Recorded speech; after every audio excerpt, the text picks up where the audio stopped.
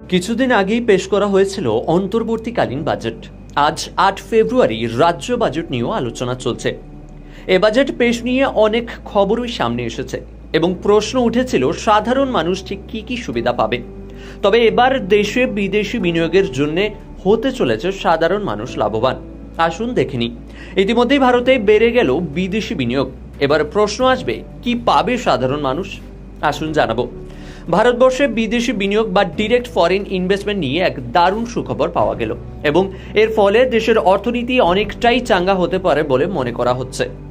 এর মধ্যে কোথায় চাইছেন আপনি বিনিয়োগ করতে এবং কোথায় বিনিয়োগ করলে আপনি হবেন লাভবান? জানুয়ারি মাসে এদেশের ঋণপত্রের বাজারে মোট 25,843 কোটি টাকার ফরেন ইনভেস্টমেন্ট ধরা পড়েছে। তার উপর আবার সাম্প্রতিককালে 19,800 কোটি টাকা লগ্নি করেছে বিদেশি সংস্থাগুলি। অন্তর্বর্তী বাজেটে অর্থমন্ত্রী নির্মলা সীতারামন ফিশাল ডিফিসিট জিডিপি এর 5.1% করার লক্ষ্যমাত্রা নির্ধারণ করেছেন। এবছর এটি 4% করার লক্ষ্য নেওয়া হয়েছে, যার ফলে দেশের আয় বাড়বে এবং ব্যয় কমবে। ফলে ফরেন ইনভেস্টমেন্ট ঘটলে তা সমৃদ্ধ করবে শেয়ার বাজারকে।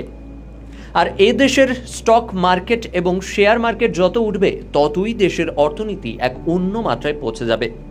আর এই সকল কারণগুলোর জন্যই দেশের সাধারণ মানুষেরই সুবিধা হবে বলে মনে করছেন অনেক অর্থনৈতিক বিশেষজ্ঞরা। বিদেশি বিনিয়োগ যত বাড়বে ততই লাভ ঘটবে এ দেশের শেয়ার মার্কেটে, যা চরম সুবিধা দিতে পারে এ দেশের বিনিয়োগকারীদের।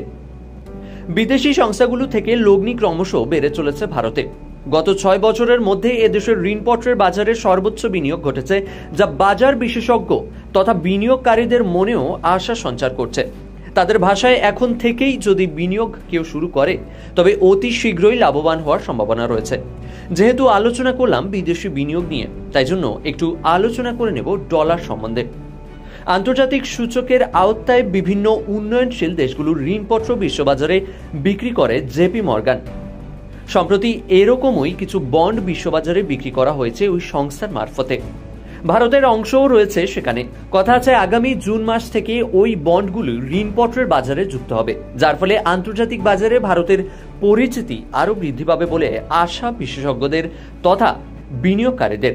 এতে ডলার ও ভারতীয় রুপির মূল্যের পার্থক্য কমে আসতে পারে। যদিও 2019 সালে $1 ভারতীয় রুপি ছিল 75 টাকার আশেপাশে, এই মুহূর্তে তা 82 থেকে 83-তে গিয়ে পৌঁছেছে। এই বিষয়গুলো ফলো করে আপনিও হয়ে উঠতে পারেন লাভবান। ব্যুরো রিপোর্ট, ইন্দু বাংলা টাইমস বিজনেস, কলকাতা।